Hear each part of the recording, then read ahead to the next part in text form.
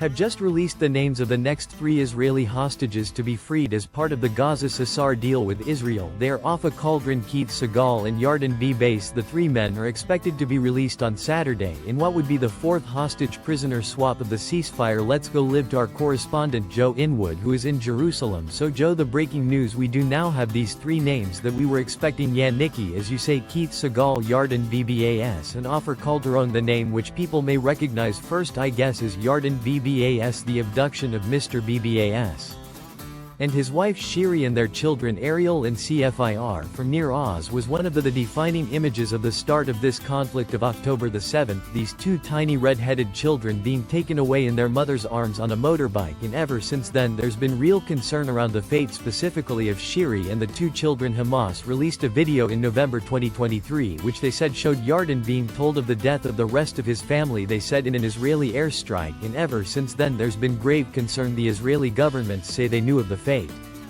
but have never commented, and I think the fact that Yarden is being released and the rest of the family is not as being seen as all but confirming that he is the only one to have survived off of Calderon. He was 53 when he was taken from the same kibbutz as Yarden and the rest of the bases. He's now 54. His children have already been released. They were taken as well but were released in the first hostage deal back in November 2023. It is worth saying he did lose 2 family members on October the 7th, and then the final person who's being released or will be released is Keith Segar. Now he is a dual Israeli-American citizen, taken from Kfar Al. His wife was also those released in November 2023, and so if everything goes as expected or as hoped, tomorrow he too will be free. And Joe, we saw the chaotic scenes yesterday when 2 Israeli hostages, including the first male hostage and those 5 Thai nationals, were handed over in high unis, and the Israeli government certainly concerned about those scenes and don't want a repeat of it. Yeah, I think all sides want to avoid a repeat of that. As you say, they were chaotic scenes, as 7 of the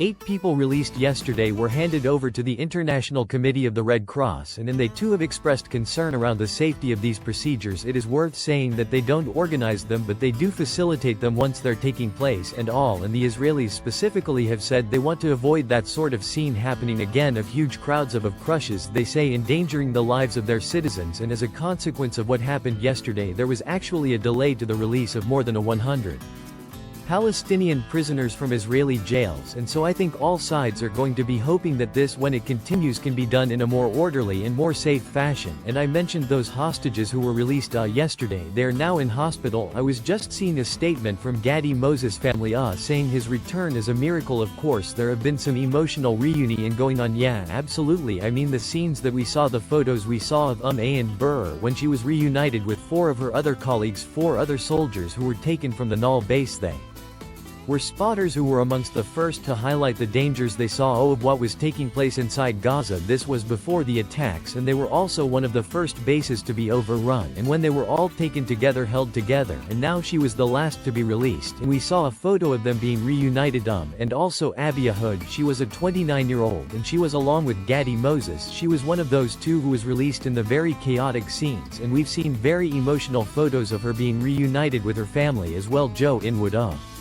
live in Jerusalem with the latest on those hostage names being released by Hamas of the 3 Israelis who are going to be released tomorrow. Thank you very much. Let's go to the live pictures from Hostages Square in Tel Aviv. The of course is where people gather and they have been regularly gathering since the October the 7th attacks, and just in the last half an hour that we've seen more people arrive there, and I would imagine as a word filters out in Israel of the names of the 3 hostages who are going to be released tomorrow as part of the hostage and ceasefire deal, we will see people holding up their pictures and remembering them. And if you've seen over the months people always gathering in Hostages Square, we saw it yesterday when we had those latest releases people watching the live feeds. You can see at the 482 days and 5 hours 36 minutes and 6 seconds the C clock reminding people how long the hostages have been held in Gaza since those attacks on October the 7th. But we have had the breaking news in the last half an hour or so of those 3 men that are expected to be released on Saturday.